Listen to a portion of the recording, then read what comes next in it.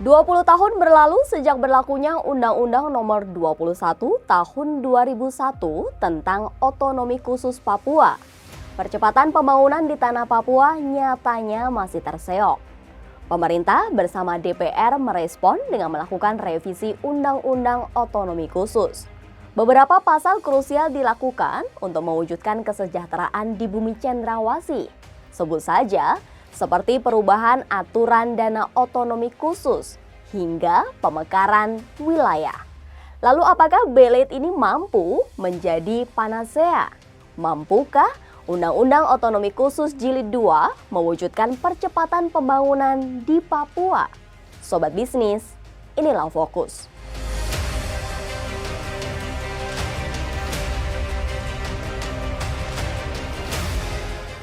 Pengamat politik lokal Papua Frans Maniagasi menyatakan, kegagalan otonomi khusus di Papua disebabkan tidak adanya blueprint pengembangan Papua. Sehingga pembangunan yang dilaksanakan selama 20 tahun tidak memiliki pedoman yang pasti.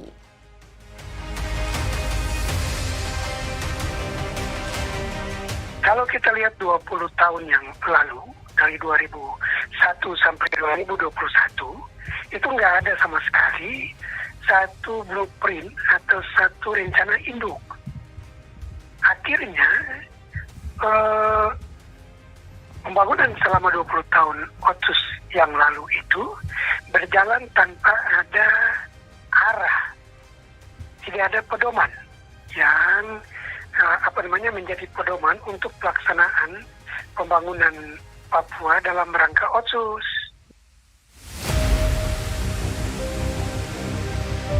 Awalnya, Presiden Republik Indonesia kelima Megawati Soekarno Putri menetapkan Undang-Undang Nomor 21 Tahun 2001 tentang Otonomi Khusus Papua sebagai pondasi utama untuk membangun Papua yang memiliki keistimewaan dalam mengelola pemerintahan. Langkah itu untuk mensejahterakan orang asli di berbagai kampung dan distrik. Selama 20 tahun OTSUS Papua berjalan, belum menunjukkan hasil yang signifikan, utamanya dalam bidang pendidikan, kesehatan, dan sumber daya manusia. Padahal pemerintah telah menggelontorkan dana OTSUS yang nilainya terus meningkat.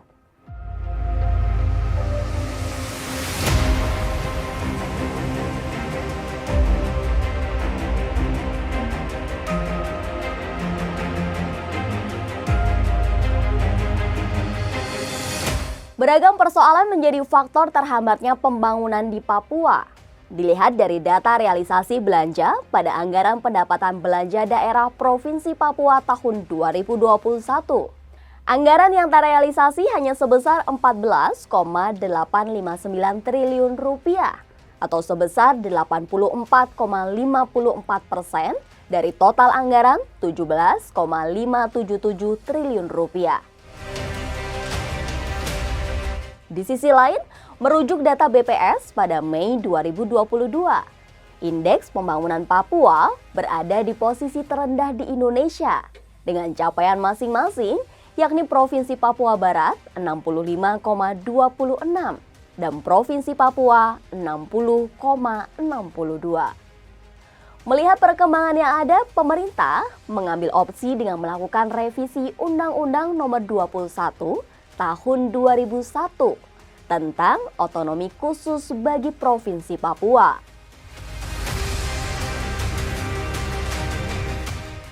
Lalu, lahirlah Undang-Undang Nomor 2 Tahun 2021 tentang otonomi khusus bagi Provinsi Papua. Dari belet ini terdapat dua pasal krusial yang dilakukan perubahan, yakni pasal 34 soal dana penerimaan khusus dan pasal 76 terkait pemekaran wilayah.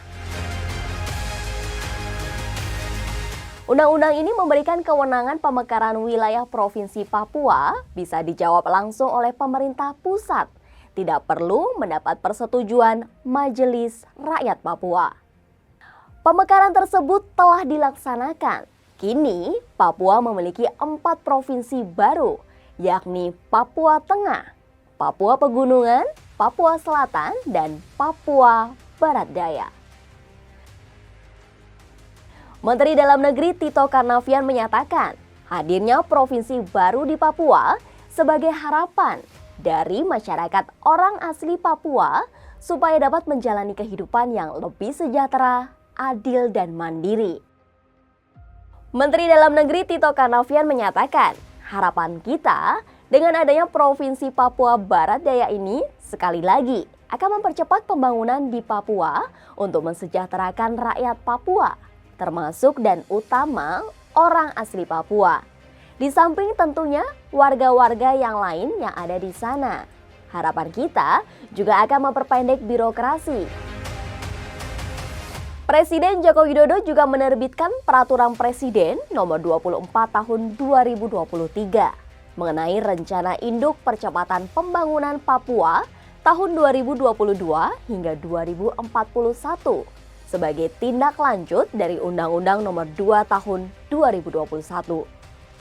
BLE tersebut memuat rencana percepatan pembangunan kesejahteraan Papua yang berbasis sosial budaya, wilayah adat, serta ekologis dengan mengutamakan orang asli Papua.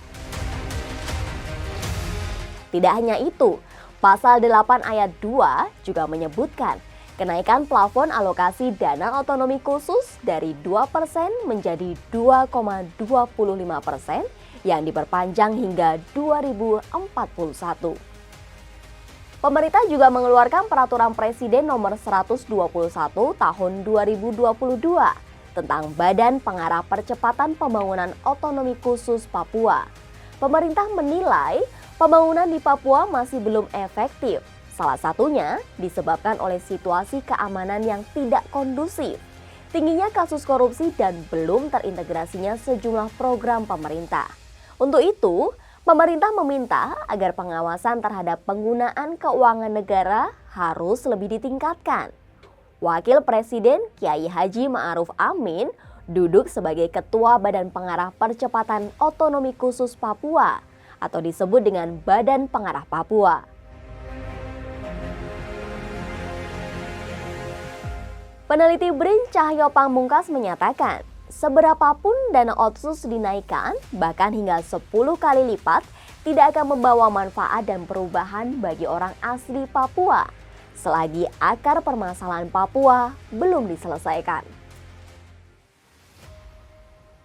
Artinya kewenangan untuk menjalankan program itu lebih banyak dipegang oleh keputusan untuk menyetujui suatu program pembangunan, ya itu banyak dilakukan oleh pusat. Tanpa asesi pusat maka tidak akan ada program di Papua. Oleh karena itu bupati dan gubernur harus rajin bolak-balik ke Jakarta untuk meminta untuk melobi investasi anggaran. Payung hukum otonomi khusus telah direvisi. BLE turunan juga sudah diterbitkan. Apakah pembangunan Papua dapat terakselerasi